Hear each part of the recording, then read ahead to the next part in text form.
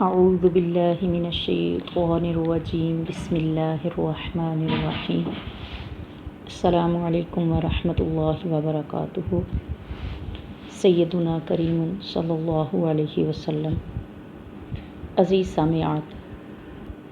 آج کا موضوع گفتگو اس عنوان پر مشتمل ہے: حضرت عبد القادر جیلانی المعروف غوث اعظم رحمۃ اللہ تعالی علیہ کے نام کی 11ویں شریف کی حقیقت، اس کا انعقاد کرنا کیسا اور اس کے ثمرات کیا ہیں۔ اس سے پہلے اسلام کے عمومی مزاج کی طرف اگر ہم غور کریں تو چند باتیں ذہن میں آتی ہیں۔ ایک ہے کہ ہر انسان کا اپنے ذاتی فائدے کے لیے، منفعت کے لیے کوئی بھی کام کرنا، تو اس میں اگر دیکھا جائے تو انسان اور حیوان سارے برابر ہی ہیں۔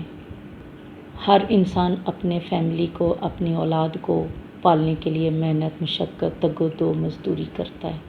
اور یہ کام کائنات کی ہر چیز جو بھی زیرو شے وہ یہ کام کر رہی ہے۔ دوسرا اس کا یہ ہے کہ اجتماعی معاملات اور منفعت، یہ اللہ تعالیٰ اس کائنات میں چند لوگوں کو یہ نعمت عطا کرتا ہے۔ ان میں صف اول پہ انبیاء کرام علیہ الصلاۃ والسلام کا نام آتا ہے۔ ان کے بعد ان کی امت کے عظیم لوگ جنہوں نے اپنے انبیاء کی تعلیمات کے اوپر عمل کرتے ہوئے اس انسانیت کی خدمت کے لیے اپنی جانوں، اپنی مالوں کا نذرانے وقف کر دیے، اور نبی رحمت صلی اللہ علیہ وسلم کے صحابہ کرام، آپ کی امت کے اولیاء کاملین، مشائخ اعظام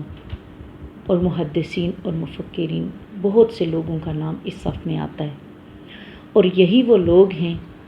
جن کو اللہ تعالیٰ نے اپنا نائب بنا کر اس دنیا میں بھیجا ہوا ہے۔ تیسری چیز، عام حالات میں ہمارے اوپر جب کسی کا کوئی احسان ہوتا ہے، کوئی اس کی ہمارے ساتھ محبت کی، کوئی پیار کی کیفیت ہمارے ساتھ ہوتی ہے، تو جب تک وہ اس کا احسان اور اس کا پیار و محبت، اس کی شفقت، اس کی ہمدردی کا احساس ہم اپنے دل میں محسوس کرتے ہیں، تو نہ صرف جسم کے روئیں روئیں سے اس کے شکر گزار ہوتے ہیں، بلکہ جہاں کہیں بھی بیٹھتے ہیں اس کا تذکرہ کرتے ہیں۔ فلاں وقت میں فلاں میرے پڑوسی نے میری یہ مدد کی، میرے خامد کو، میرے بیٹے کو بر وقت ہسپتال پہنچا دیا، اگر وہ ایسا نہ کرتا تو شاید زندگی نہ بچ پاتی۔ فلاں شخص نے میری بیٹی کی فیس بھیج دی، اگر وہ یہ مدد نہ کرتا میری بچی کا امتحان رہ جاتا اور یہ سال ضائع ہو جاتا۔ یہ ایک چھوٹی سی مثال ہے، اور یہ وہ ہمدردی ہے جو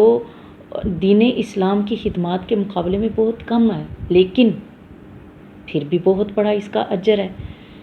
تو جب جب ہم اس محبت کو، اس ہمدردی اور شفقت کو محسوس کرتے ہیں، جب جب جہاں جہاں بیٹھتے ہیں اس کا تذکرہ اپنوں میں بھی اور غیروں میں بھی کرتے ہیں۔ اس کا مطلب کیا ہے کہ انسان اپنے محسن کا ہمیشہ شکر گزار ہی اچھا لگتا ہے، اور وہ قومیں ہمیشہ زندہ بھی رہیں، آباد بھی رہیں، اور تا قیامت یادگار کے طور پہ بھی رہیں گی، جو اپنے محسنین کا، اپنے خدمت گزاروں کی خدمات کو اور ان کے شکریہ کو ہمیشہ یاد رکھتے ہیں۔ لہٰذا وہ لوگ جنہوں نے اپنے علم، عقل، جان، مال، اولاد اور دیگر اسباب کے ذریعے اس انسانیت کی خدمات سر انجام دی، ان عظیم لوگوں کا تذکرہ کرنا یہ اللہ تعالیٰ کی انعامات اور احسانات کی ان بے شمار نعمتوں کا شکریہ ادا کرنے کے مترادف ہے۔ اگر ہم غور سے دیکھیں تو قرآن پاک ہے، احادیث طیبہ ہیں، بائبل ہے، انجیل ہے، تاریخ اسلام کو دیکھیں، تاریخ انسانیت کو دیکھیں، تاریخ کو دیکھیں، تو یہ اس کے تمام صفحے کن چیزوں سے بھرے ہوئے ہیں؟ اپنے زمانے کے ہیروز کی قربانیوں، ان کی بہادریوں، ان کی شجاعت اور فلاح انسانیت کے لیے کیے جانے والے کارناموں کی داستان سے بھرے پڑے۔ یہی وجہ ہے کہ مسلمان اہل محبت اپنے محسنین کا تذکرہ مختلف انداز سے کرتے ہیں، کہیں پہ ان کی خدمات کو کتابی صورت میں لکھ کر، کہیں پہ اپنے بیانات اور تقاریر میں تذکرہ کر کے، کہیں پہ ان کی خدمات کو ایک ماڈل بنا کر اپنی آنے والی نسلوں کو پیش کر کے ان کی خدمات کو سلوٹ پیش کرتے ہیں۔ اسی چیز کے پیش نظر اس امت کے لوگ محفل میلاد سجاتے ہیں، عرس کی محفل سجاتے ہیں، 11ویں شریف کی محفل سجاتے ہیں، اپنے بزرگوں، اپنے اقربا یا اپنے ہیروز کے ایصال ثواب کی محفل کا تذکرہ کر کے گویا ان خدمات کا تذکرہ بھی کرتے ہیں اور ان کا شکریہ بھی ایصال ثواب کی صورت میں ادا کرتے ہیں۔ اگر ہم اپنے آس پاس نظر دوڑائیں تو ہمارے اپنے وطن میں اس کی کتنی مثالیں موجود ہیں۔ ہم ایسے کئی کام کرتے ہیں جن کا تذکرہ نہ تو قرآن پاک میں الفاظ کی صورت میں ملتا ہے، نہ احادیث طیبہ میں، لیکن ہم وہ کام باقاعدگی سے کرتے بھی ہیں اور اس کے لیے اپنا پیسہ بھی خرچتے ہیں اور اس پہ پھر فخر و مباحات کے یعنی کہ اظہار کے طور پہ بڑا بڑا جو ہے نا انتظام بھی کرتے ہیں۔ مثال کے طور پہ دیکھ لیں، ہمارا پاکستان 14 اگست کو اللہ تعالیٰ نے ہمیں انعام کے طور پہ دیا۔ چاہے کوئی غریب بھی انسان ہے، وہ بھی چھوٹی سی جھنڈی خرید کر اپنے گھر کے دروازے پہ یا اپنے بائک پہ، کسی گاڑی پہ، یا اور کچھ نہیں تو اپنے ہاتھ میں لہرا کے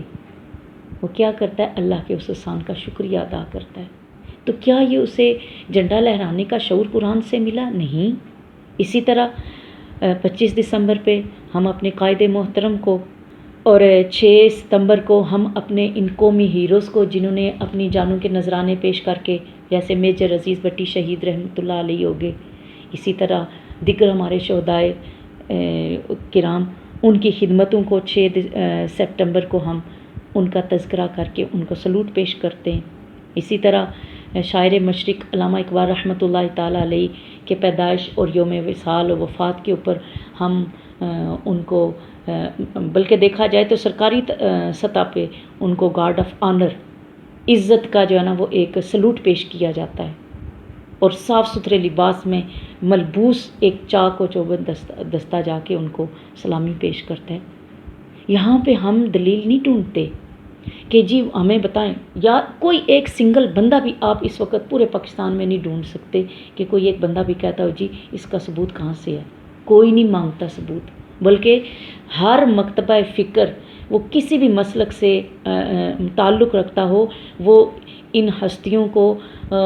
سلوٹ پیش کرنے میں صف اول میں نظر آئے گا اور ان کا تذکرہ کرے گا۔ پھر اسی طرح ہم ان لوگوں کی خدمات کو، کیا ہمیں ہر روز نہیں ان کو سلام پیش کرنا چاہیے، ان کا شکریہ ادا کرنا چاہیے؟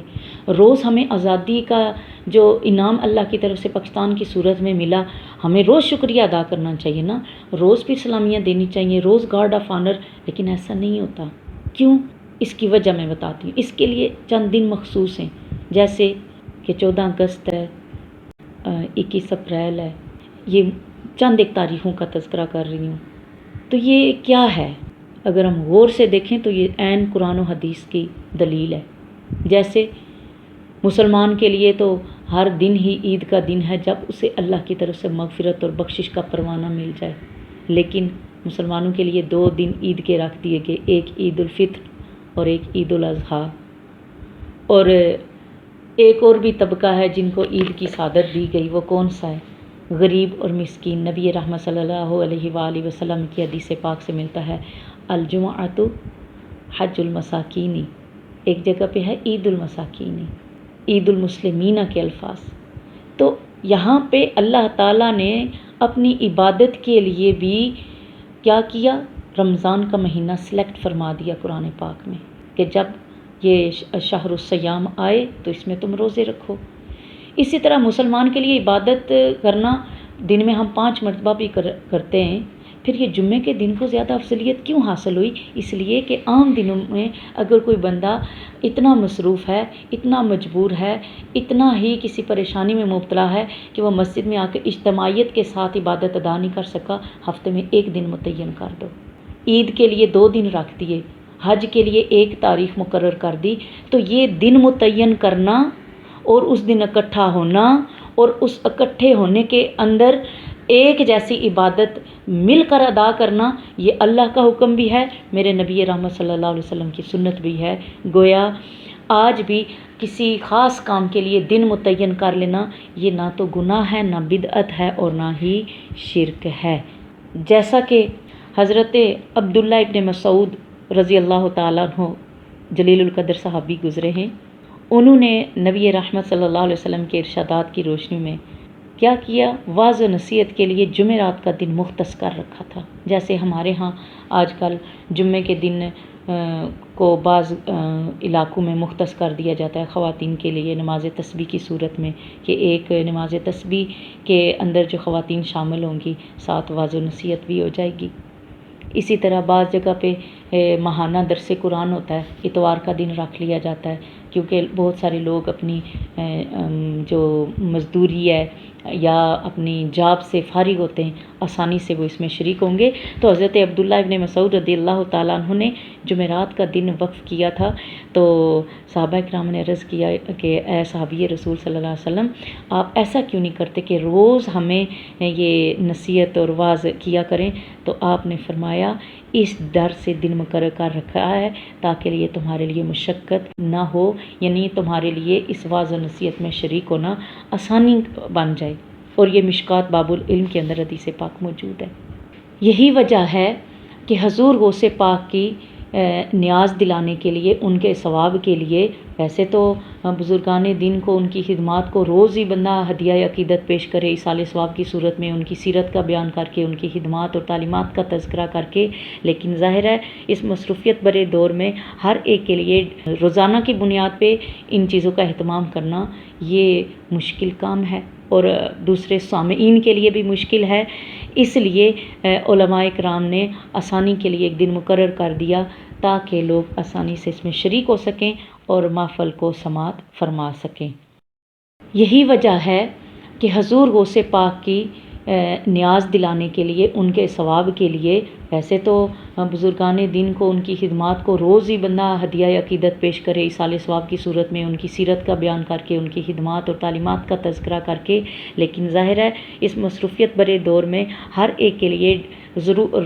روزانہ کی بنیاد پہ ان چیزوں کا اہتمام کرنا یہ مشکل کام ہے، اور دوسرے سامعین کے لیے بھی مشکل ہے۔ اس لیے علماء کرام نے آسانی کے لیے ایک دن مقرر کر دیا تاکہ لوگ آسانی سے اس میں شریک ہو سکیں اور محفل کو سماعت فرما سکیں۔